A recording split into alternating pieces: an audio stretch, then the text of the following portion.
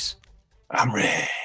And on this podcast, we will be focusing on the Weird War Tales comic book series published by DC Comics from 1971 to 1983. On this episode in particular, yes, we were talking about Star Trek before the show. We will be taking a look at Weird War Tales number 77. But first, Rich has a couple of things to say to you. I'm pretty sure I haven't talked about my civilian duties much on this show, and I kind of have to keep it that way. That said, one of my coworkers is a woman in her 30s named Natasha. In today's cultural universe, that means Black Widow, Natasha Romanoff references. But she told me a story about older coworkers at her previous job that kept making Boris and Natasha Moose and Squirrel references that she didn't get. It took her forever to get it. So, of course, I then printed out a photo of Boris and Natasha and gave it to her. She's a sport, and she promptly hung it in her cubicle. No, her husband's name isn't Boris. Intel report, Earth Divers, a 16-issue series from IDW Publishing in 2022. Script by Stephen Graham Jones, art by David Gianfelice. The year is 2112. And it's the apocalypse exactly as expected. Rivers receding, oceans rising, civilization crumbling. Humanity has given up hope, except for a group of outcast indigenous survivors who have discovered a time travel portal in a cave in the middle of the desert and figured out where the world took a sharp turn for the worst. America. Convinced that the only way to save the world is to rewrite its past, they send one of their own, Tad, on a bloody one-way mission back to 1492 to kill Christopher Columbus before he reaches the so-called New World. But taking down an icon is no easy task, and his actions could prove devastating for his friends in the future. Faced with the choice to watch the world crumble or double down on the cause, there's no better time and place to take another stab at America than Philadelphia, 1776. But where violence just failed him, Emily has a new plan. Pass as a man, infiltrate the founding fathers, and use only wit and words to carve out a better future in the Declaration of Independence. No need to cut throats this time. Right? That was pretty good, actually.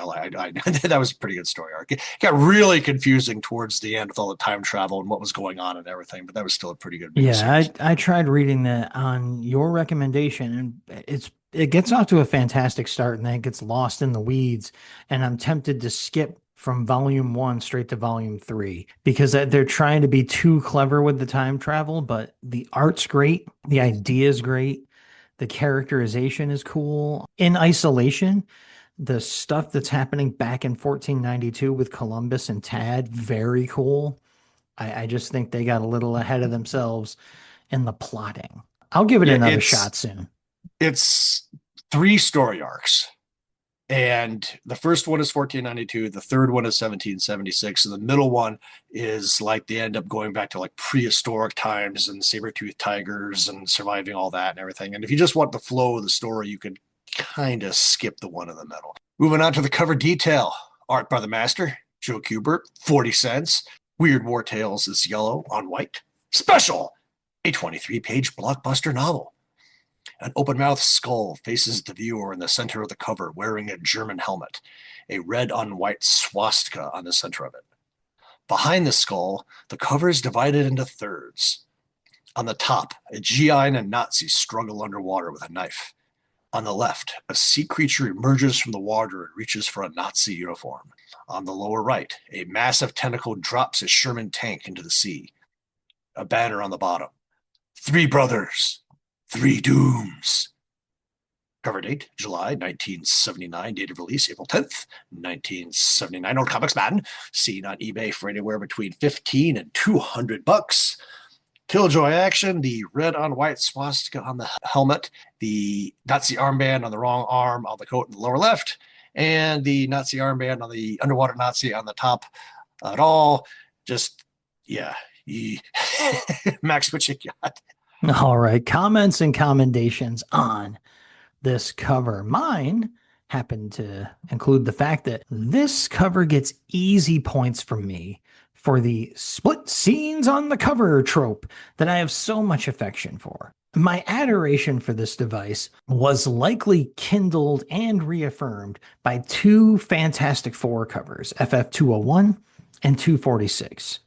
But really, anywhere I've seen it done well, I've been drawn to at least take a look at that issue of whichever comic series has decided to use it. In this case, I really like the exaggerated skull and helmet in the center, and the three different color schemes help to make the trio of scenes stand out from each other. The struggling soldiers up top provide a perfect visual balance to the image as well. And the fact that it looks like the rest of the cover above them is not only occupied by the title logo, but by the depths of the water that they are sinking into. I like that. I, for one, am awarding this cover some top kick-ass eye-catching cover marks. Rich? Gee, I wonder why he said it like that. There's something about the dimensions of the helmet that bothers me. It flares out way too much over the years. I like the underwater fight, and the dropped Sherman is good, but one does have questions about why the monster is reaching for a Nazi uniform. A lot going on the cover, and a lot probably going on inside of it. The miscolored swastika really draws me in, too. Man, I hate to do it, but I think I have to put this one as a down vote. No technical intro page this time. We'll get to that later. But how about a like-themed spoiler for the scuttlebutt at the end of the show? The Next War by Wilfred Owen. Out there, we've walked quite friendly up to death, sat down and eaten with him, cool and bland, pardoned his spilling mess tins in our hand. We've sniffed the green, thick odor of his breath. Our eyes wept, but our courage didn't writhe. He spat at us with bullets and he's coughed shrapnel. We chorused when he sang aloft. We whistled when he shaved us with his scythe. Oh, death was never enemy of ours. We laughed at him. We leagued with him, old chum. No soldiers paid to kick us against his powers. We laughed, knowing that better men would come, and greater wars. When each proud fighter brags, he wars on death, for lives, not men, for flags. Wilfred Owen was one of the leading poets of the First World War. His war poetry on the horrors of trenches and gas warfare was much influenced by his mentor Siegfried Sassoon and stood in contrast to the public perception of war at the time and to the confidently patriotic verse within by earlier war poets such as Rupert Brooke. Among his best-known works, most of which were published posthumously, are Dulce et Decorum Est and Sensibility, Anthem for Doomed Youth, Futility, Spring Offensive, and Strange Meeting. Owen was killed in action on 4 November 1918, a week before the armistice, at the age of 25. So, moving on to the main event. Triad, 36 pages. Script by Bill Kelly. Art by Ruben Yandok. Synopsis. The Reeves brothers. Whatever else divides them, space or time, their souls are forever linked, linked by a psychic bond that defies explanation. What one brother feels, the others share somehow. Now, in the darkest hours of World War II, their psychic gift is needed for a purpose not even they perceive. In the icy North Atlantic, a deadly pack of U-boats idles silently, waiting for the next Allied supply convoy, while in the dark waters below, their wetsuits insulating them from the bitter cold.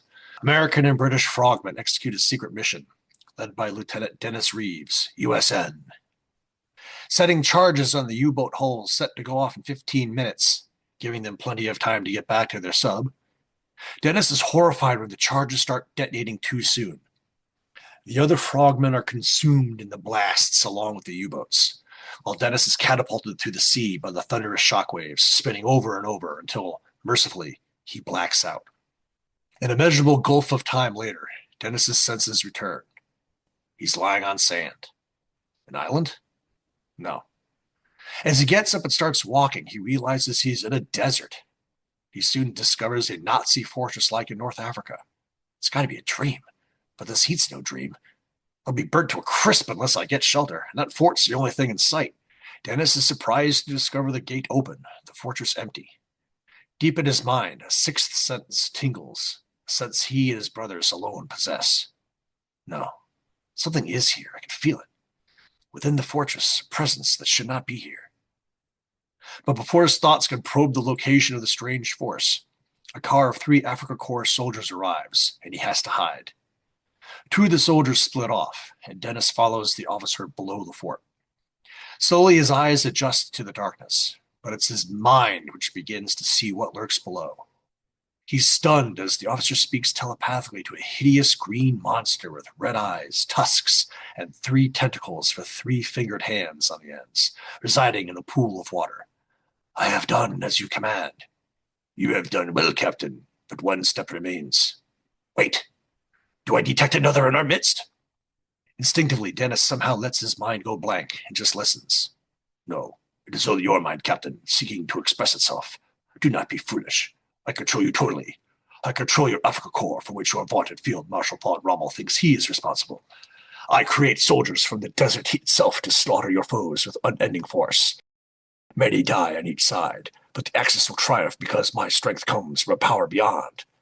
Now rest until tomorrow. You are the host for my will. Dennis follows the Nazi captain back from the foul-smelling cavern, his mind reeling. I saw and heard everything, but my mind only works this way when I was with my brothers.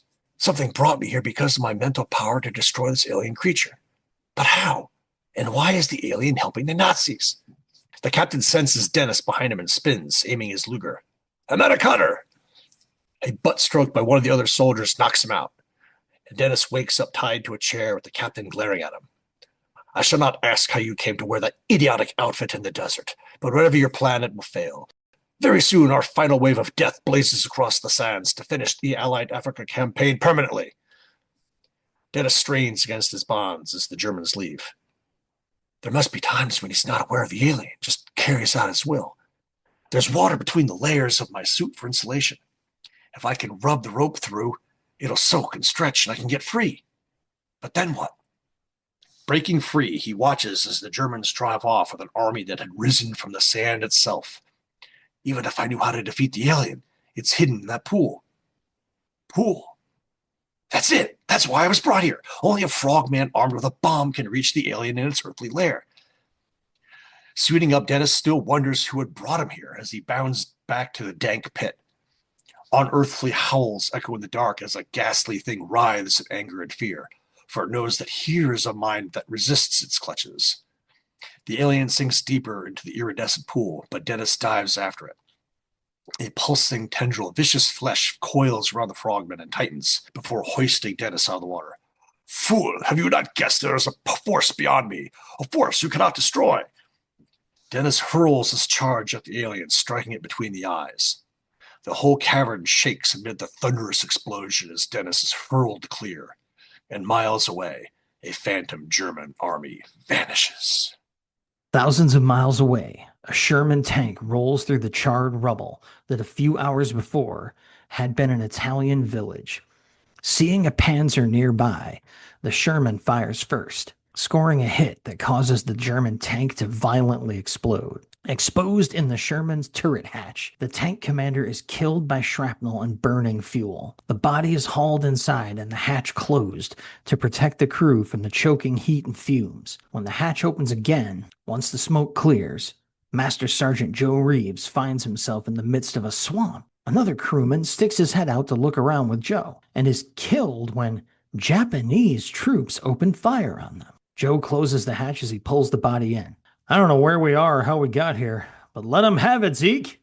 Another salvo thunders from the Sherman's main gun, but the vibration sucks the tank deeper into the mire. That tears it. Have to take him on face to face.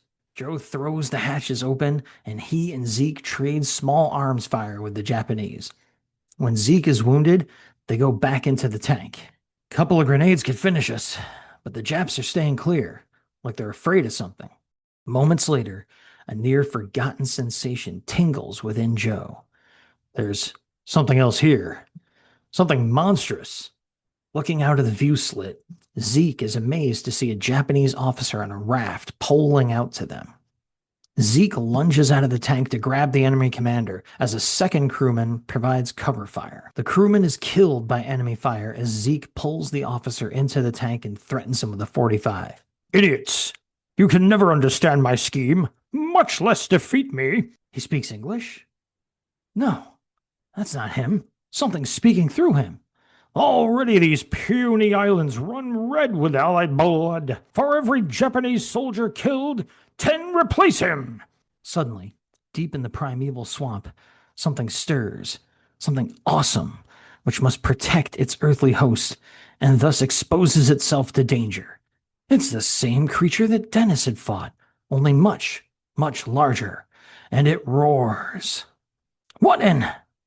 I'm either shell-shocked or just crazy. But Joe is not crazy.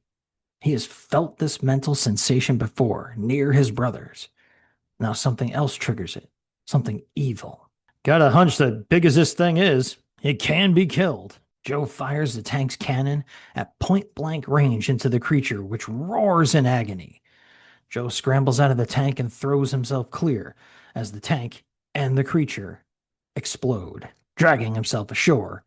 Joe watches as the nearby Japanese troops fade away into nothingness.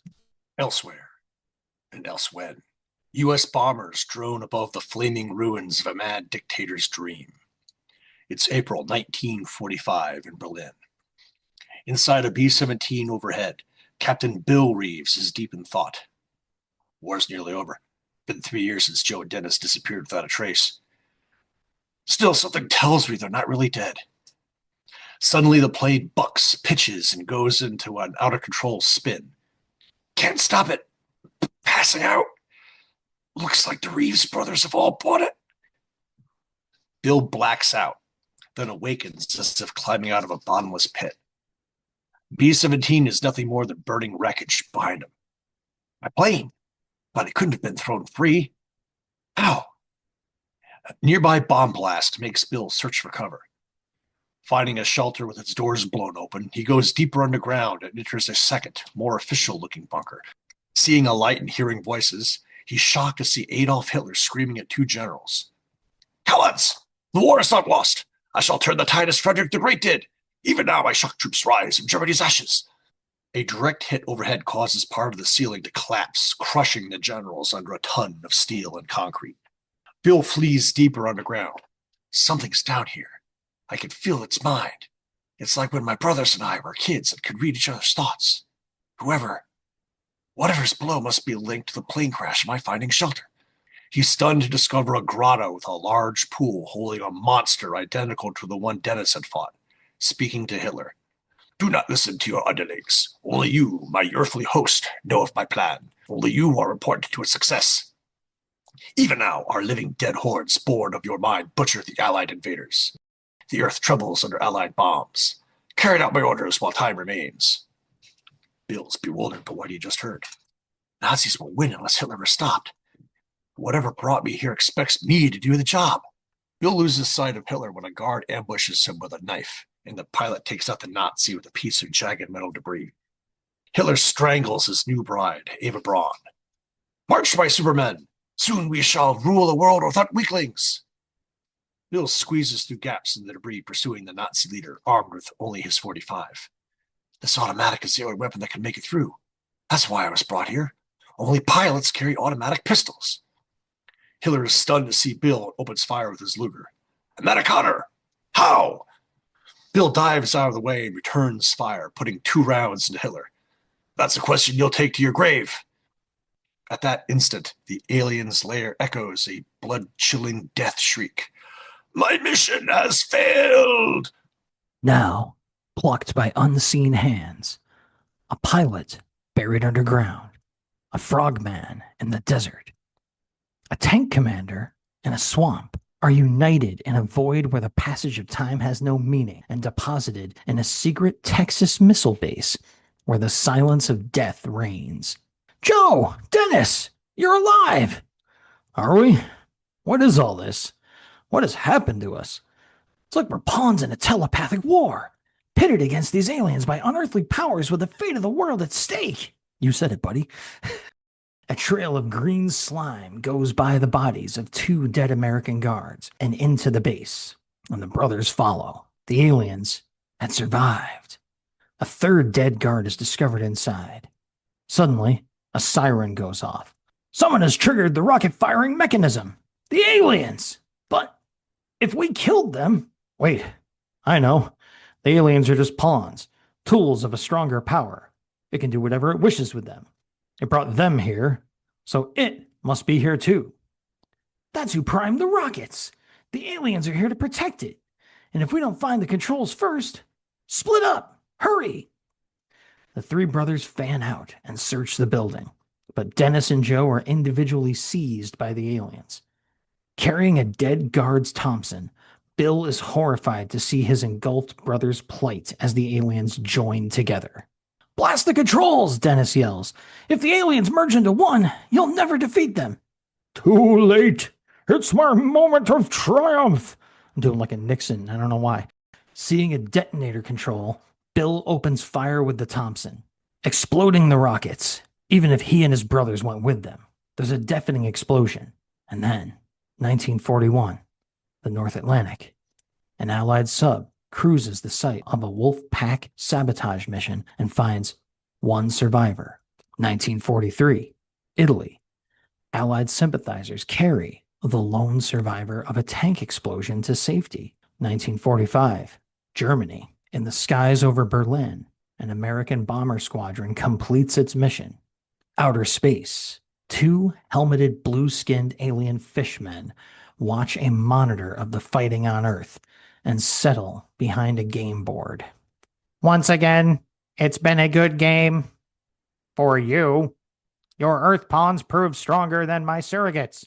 Not even my energy force could sway them. Amusing that these trivial Earthmen should have such mental prowess. What of them now? They are back where we found them and remember nothing. To them, the war we started has yet to be won. But on another plane, they have shaped its course. The Allies will win. Then clear the game board and let us journey elsewhere. But I like this world, my friend. We must return soon. And next time, we shall win. And a massive spaceship breaks Earth's orbit and rockets away to the end. Enjoy. Page 2, panel 1. The swastikas on the U-boat conning towers. Still a really nice panel with the setting sun on the water. Panel 5 of the same page. The frogmen are wearing wetsuits to protect them from the bitter cold. But they're not wearing gloves? The Allied campaign in North Africa apparently takes place in 1941. While the Commonwealth forces were fighting the Axis in eastern North Africa, the Americans wouldn't land until November of 1942. I think they should have moved it a year for ease of storytelling. Page 8, panel 5. The flames on the tank magically part so you can see the white star on the turret clearly. Look at that panel. Again, too bad. A good panel otherwise with the tank commander hanging dead out of the hatch. I also don't understand why the Japanese officer had to get captured by the Americans just to tell them their evil plan. That's bad strategy that got the alien killed. Page 11, panel 1. Another story with an extra roomy tank everyone can just stand in. Joe just left Zeke to die in the tank. Nice. That 3-panel sequence on page 12 is confusing. Was the shell the Sherman fire delay action? Did the creature hit the tank, causing it to explode, which caused the creature to explode? And what's up with its glub glub cry or the spud of the shell hit? Page 13, panel 2. Period incorrect insignia on the B-17s. Page 14, panel 1. Our bombers shell in the whole area. Really? Bombers bomb. They don't shell. Just say almost any other appropriate verb there. Page 17, panel 1. Miscolored armband on the wrong arm, which magically moved from being on the proper arm earlier. CNC. Like I said before, you could probably get away with calling page 1 an intro page. But GCD doesn't list it as such, and it blends into the story, so fine. Page 3, panel 3. I'll be burnt to a crisp unless I get to shelter. Yeah, wearing a black rubber suit in the desert. Hard pass. Page 7, panels 4 and 5. From an earlier conversation, I know Max is going to land differently on this, but I'm sorry. The alien is just so freaking goofy looking. Red bug eyes bulging from his head, tusks that look like they came out of his nostrils, a sad expression on his face. And the sound effects don't do him any favors either throughout the book. Spud? What is he, a potato? Page 11, panel 3. Great foreshadowing panel of Japanese troops killing wounded Americans. Panel 6 is the only time in the whole book the alien looks threatening, conveniently popping up right in front of the tank's cannon. The view slit on panel 1 of the following page is way too big. Hitler strangles Eva Braun on page 17, panel 1, my armband call out. But she was never identified. I just put that in the script. And this isn't the first time Hitler kills his new bride only a day or two in these pages, and she's never even identified. See WWT 58's Death of a Dictator. Everyone knows who Hitler is, and yet he's always ID'd. The fact Bill carries a pistol is the big reason he's sent to kill Hitler? Really? Lame. Panel 6. While the overall effort of portraying the alien is good in the detail work, he still looks hapless. And just killing his vessel is enough to kill it this time? Page 18. I like the first 3 multicolored panels of the brothers being swept away to meet and fight the final battle, and the beam down effect in the last panel.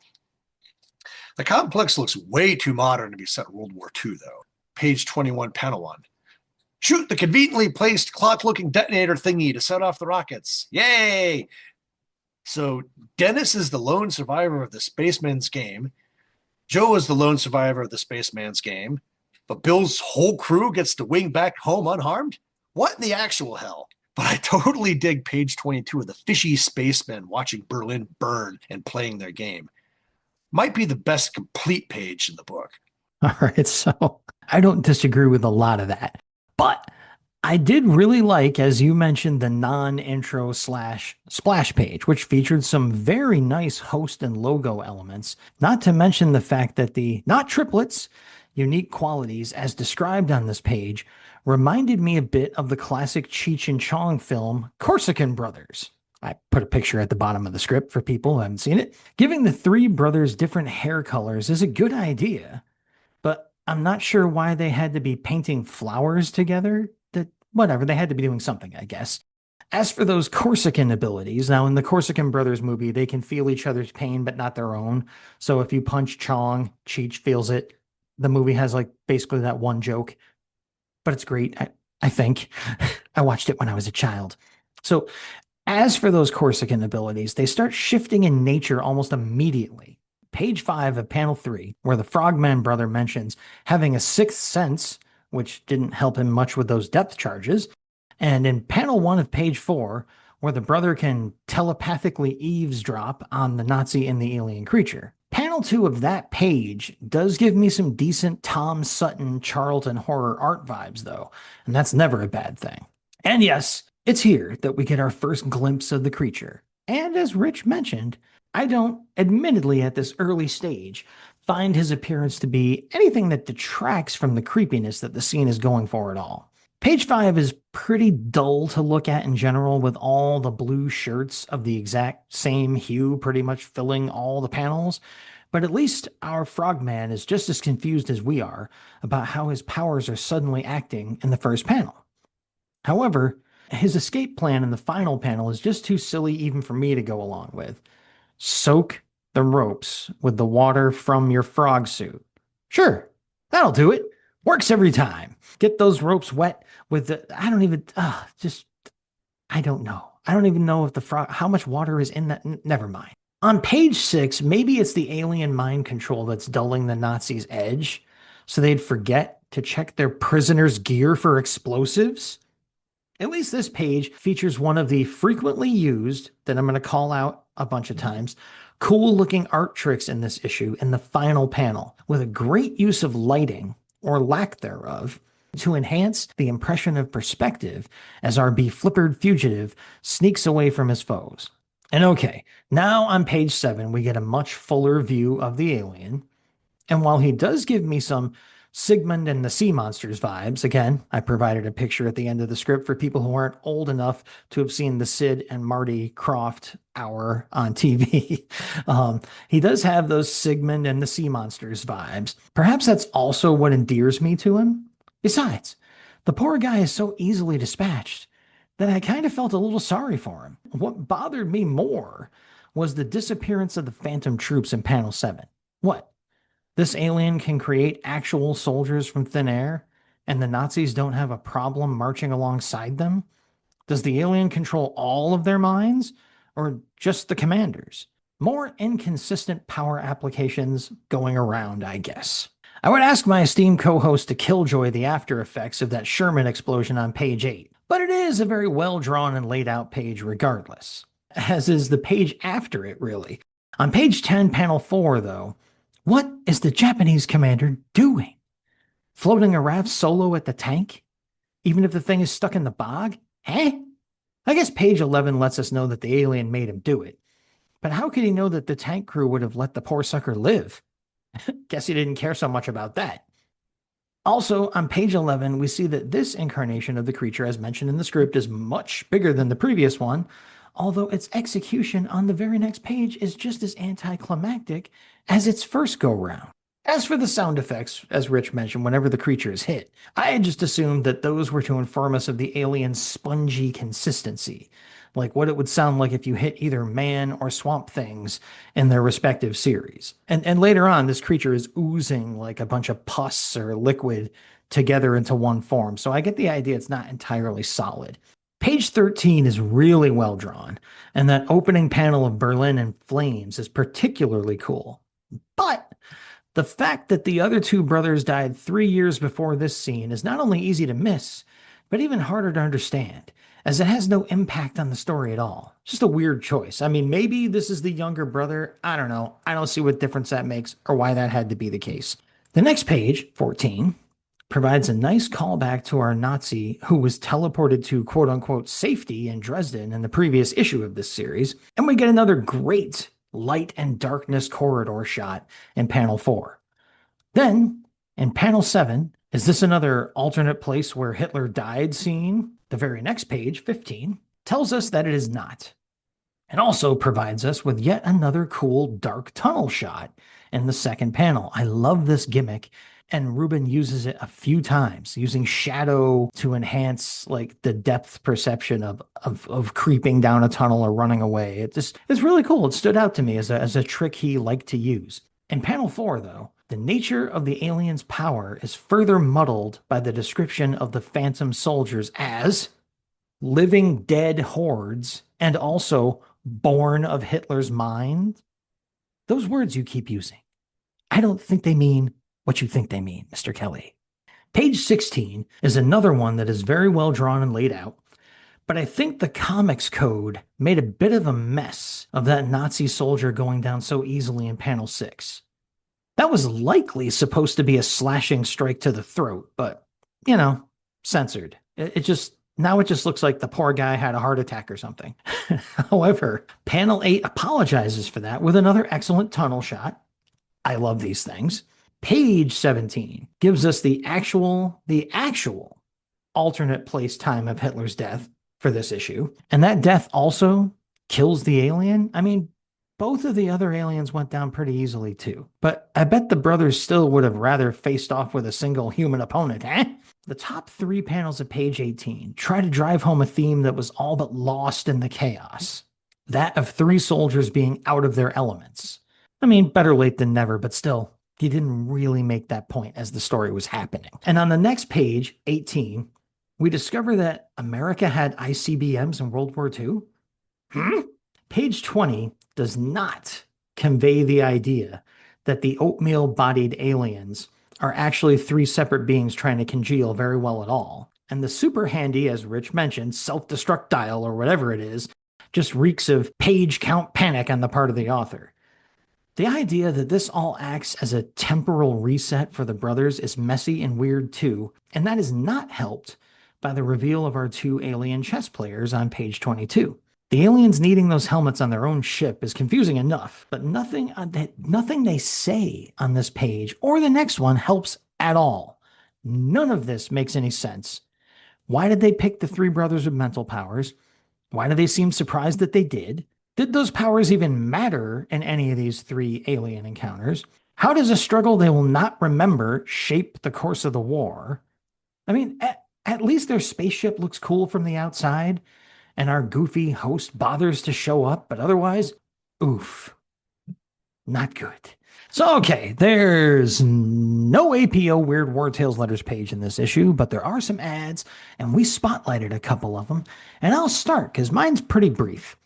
There's an ad for, well, I'll let you know here. The ad copy starts off at the top of the page, a full page ad that says, "Shh, don't let Lois Lane find out you're a friend of Superman. She's so snoopy. She'll want to know where you got that neat supermobile. Don't tell her it's from Corgi. See, we wanted to make these cars just the right size and just the right price for you, so you can just stick them in your pocket and take the fun wherever you go. Neat, huh?" And it shows a kid, like close up on a kid, and sliding the little car into his pocket with the Corgi logo. And in the center of the ad, dominating most of the page, is a row of parked vehicles coming from the right diagonal down to the left diagonal. You have a Daily Planet truck, which shows Clark Kent changing into Superman right on the side of the truck. That's pretty good right there. You have a black A-Team looking van, but it says Superman on the side instead, with Superman flying alongside.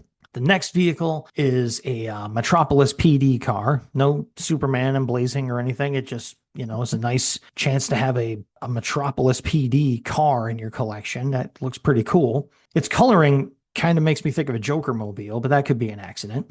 After that, you have a Daily Planet news chopper, which looks really neat. Again, there's no unnecessary like emblazoning of Superman or anything on it. It just says Daily Planet and it's a news helicopter. I really dig that. Best of all, though, one of my favorite things ever in the Superman universe, the last vehicle parked in this lot is the Supermobile. It's a little spaceship with a fin on the back and a bubble cockpit, and it has alongside, which looks like two cannons, two like ribbed cannon columns, but they're not. They have little arms with little fists on the end. They go puncha, puncha, puncha, puncha, puncha. It is ridiculous, but it's not. It's one of my favorite things because the sillier Superman stuff is, the more I like it. But the secret to why I love this thing so much, if you read its entry in the Who's Who guide to the DC universe, you'll be reminded that this thing has no engine, no propulsion system at all. It flies because Superman sits inside it and he flies it around with his flight power. He flies it by the seat of his pants.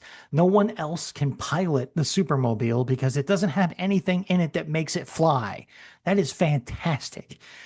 Right now, behind these vehicles, Superman himself is flying down to meet Lois Lane, who is standing with her hands defiantly on her hips next to the Daily Planet chopper.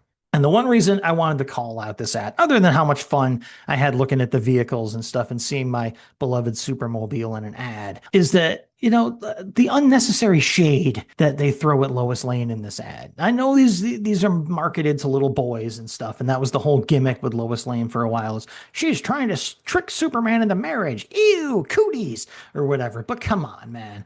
Like, just, she's so snoopy. She'll want to know where you got that neat Supermobile. Bah, bah, bah, bah, bah, bah, bah. She's a reporter. She asks questions. Leave Lois Lane alone. And also, give me one of them Supermobiles and a chopper. Will you? Come on. Okay. First off, I did not know any of that about the Supermobile. That's amazing. Wait, Yeah. isn't that the best? Like, someone else gets into the Supermobile. I've got the Supermobile. How do you make this thing go? You ever heard of a Flintstone car? Kind of like that. So, because it was everywhere in comics back in the day, I must go to the back cover and the comic strip style Spalding Presents Street Ball ad with Rick Barry and Dr. J, drawn by Jack Davis. You know the ad I'm talking about. You got a bunch of kids playing basketball outside, and one of them recognizes the two NBA stars. Barry takes the ball. Glad you're playing with a Spalding rubber ball like I grew up with. So, yeah, those vinyl balls are just too slick, Dr. J agrees. And the kid is all, what difference can the ball make? Julius Irving is all, my man, for real ball handling, you need that Spalding touch. And he slam dunks the ball as the kids ooh and ah. Now it's my turn, Julius. And Barry drops a 30-footer jump shot as the kids ooh and ah. So, you don't need magic. Just practice with a Spalding autograph ball.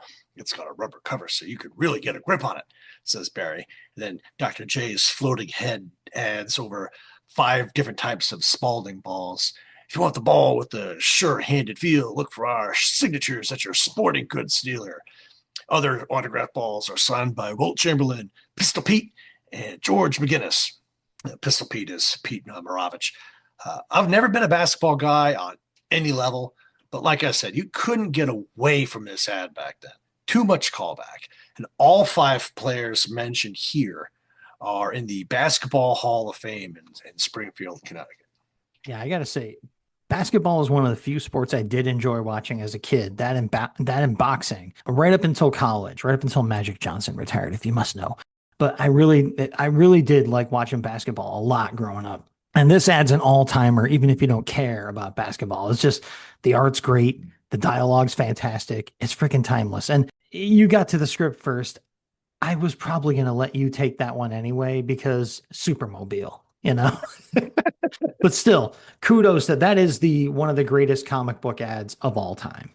So that's the ads, and Rich is going to tell you, he's going to let you know first out of the two of us if he's got any last words. Yeah, a little bit of a self-own first. At the beginning, I said Triad was 36 pages. I don't know why I said it was 36 pages because it's 23 pages. It says that clearly on the cover, and I It double checked in the feels book. like 36 pages. And so I don't know where 36 came from. That one's beyond me. So self killjoy before anyone else gets it. So moving on, full length battle tales can be tricky efforts. They usually win completely or suck completely. Hard to find a middle ground. And unfortunately, I'm leaning pretty hard towards the suck end of the spectrum this time. Too many killjoys, weird sound effects, stupid, sad alien, weird plot devices. Not feeling it. Even our Kubert cover missed. Thumbs down. Yeah, this one just got worse as it went along. I'll add here that the brothers should have just been triplets from the get-go, as their age difference and variations in hair color added absolutely nothing to the so-called story.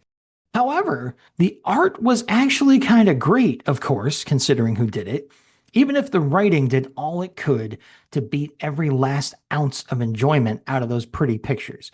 Bill Kelly isn't a name that's stuck in my head, and based on this, I hope it never gets there. Now, that's it, people. That's the content of the comic book. That's our final verdict on said content. So we're now at the end of the show, which we call the Scuttlebutt, where I kick that off by reminding you we have a really cool Facebook page. It's the Weird Warriors Podcast Facebook page, don't you know, which is run by Rich. So you know it's quality. All right. We also have merch. Well, we have a logo that you can put on merch on redbubble.com. Search for the Weird Warriors Podcast on redbubble.com and get our amazing logo drawn and designed by Bill Walco of theherobusiness.com and of Archie Comics fame on any piece of merchandise you can find on redbubble.com. To get that merch, you get it sent to you, you take a picture of it, you send it to the Facebook page via Facebook Messenger. Rich will give you a Sam star. All right, that's something really cool. You want it.